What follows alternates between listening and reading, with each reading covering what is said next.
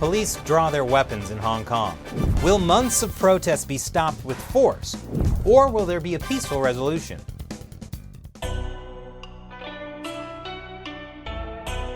Welcome back to China Uncensored. I'm Chris Chappell. Hong Kong is on the brink of becoming the next Tiananmen Square massacre. Or everything is going to be totally fine. Depends on who you ask. But it's definitely somewhere on that spectrum, between huge massacre and nothing at all. Hong Kong has been embroiled in 2 months of protests. Citizens are fighting a last-ditch battle against the Chinese Communist Party's attempt to destroy the freedoms in the city. On August 18th, a quarter of the city came out to march. There have also been a number of smaller protests, like the 10,000-person protests in Tsuen Wan on Sunday. That's the same area where men in white shirts had attacked protesters 2 weeks ago. The protesters on Sunday were largely peaceful, but towards the end a few of them threw bricks and Molotov cocktails at the police. And the police responded with tear gas and water cannons. And police even drew their service weapons and pointed them at protesters. That happened after protesters chased the police with sticks, and one police officer fired a warning shot into the air after another officer fell. One local resident, not a protester, went on his knees in front of the police to ask them not to shoot, and got kicked in the stomach. But according to a police spokesperson, that was just a natural reaction. But with the protests continuing now into their 12th week, is there an end in sight? According to this article, a prominent pro-Beijing Hong Kong legislator says he was informed by a reliable source that the Chinese military will send in troops if protests don't end by early September, which is next week. Why the tight early September deadline? Because October 1st is the 70th anniversary of the People's Republic of China. That is the day the Chinese Communist Party defeated the KMT and took over the country. According to Michael Tien, the last thing Beijing wants to see is attention focusing instead on violent clashes or even a peaceful march involving hundreds of thousands of people here on that day. Which makes sense. It's hard to throw a party when the guests keep complaining that they don't want to be there, while handcuffed to their chairs. That's why Tien predicts that if the protests are still going on in September, either Hong Kong Chief Executive Carrie Lam will ask for the People's Liberation Army to come to Hong Kong, or China will just send in the troops of their own accord. Of course, the logic of massacring innocent protesters in September to make the party look good in October, that doesn't exactly hold. It would get the world's media attention focused on China, but as my first grade teacher used to say, negative attention is the wrong kind of attention, Chris. Obviously, Miss Armstrong didn't know what she was talking about. Anyway, Michael Tien's larger point was that the Hong Kong government needs to take decisive steps to address the key demands of protesters, and said that he personally recommends the complete withdrawal of the extradition bill and setting up the committee of inquiry. So, Michael Tien is urging Chief Executive Carrie Lam to meet the protesters' demands. And remember, he's a pro-Beijing lawmaker. In fact, many pro-establishment people have been urging Carrie Lam to withdraw the extradition bill and set up a police inquiry. But it seems like there are some things she just can't do. So does that mean the troops are going to roll in? Not necessarily. There's another prediction on the other side of the spectrum. According to the Chinese edition of the Epoch Times, Chinese leader Xi Jinping has recently ordered Hong Kong authorities to stand still. According to an insider, Xi Jinping would not order sending troops to Hong Kong.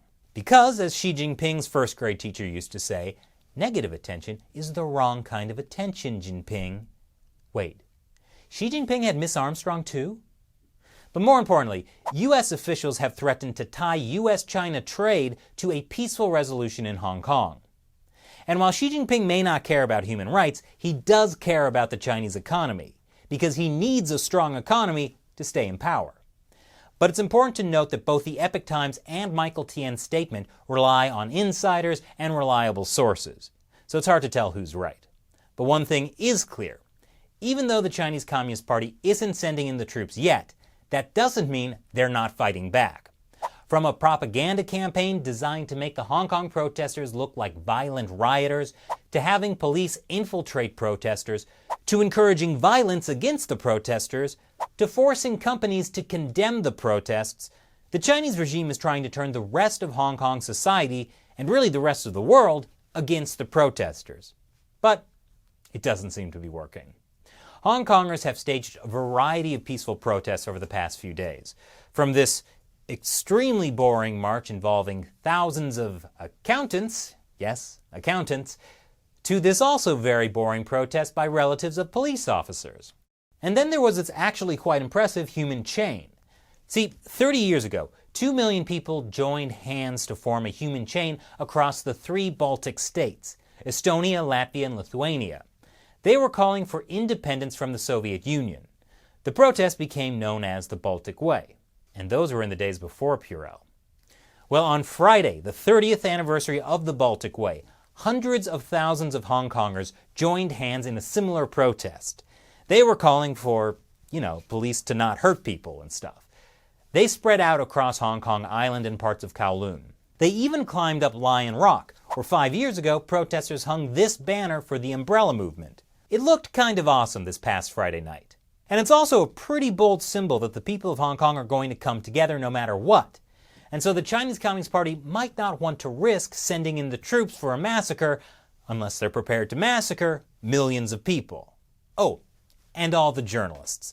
All these people in yellow vests are journalists. And they'll have their cameras rolling the whole time. That'd be some serious negative attention. So what do you think? Leave your comments below. And now it's time for the last part of the show, where I pull a question out of a hat.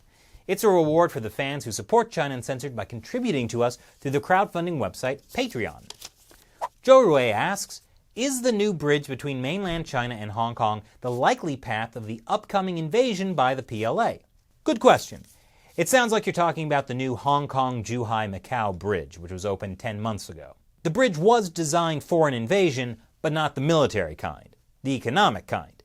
The idea was that the more integrated Hong Kong can be with mainland China's economy, the more people there would prosper and the more they'd love the Communist Party. That turned out to not be the case. But the bridge itself is too small for a military invasion and too easy to block.